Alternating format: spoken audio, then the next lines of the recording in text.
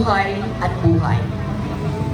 Nang dumating si Jesus sa tahanan ng kanyang matalik na kaibigang sina Lazaro, Marta at Maria sa Betania, ay 4 na araw nang nakalibing si Lazaro.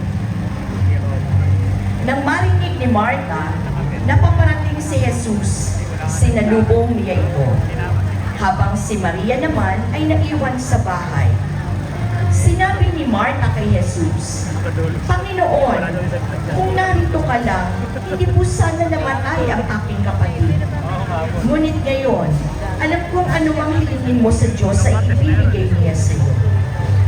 Sinabi ni Jesus sa kanya, "Mabubuhay muli ang iyong kapatid." Sumagot si Marta, "Alam kong mabubuhay siyang muli sa pagkabuhay sa huling araw."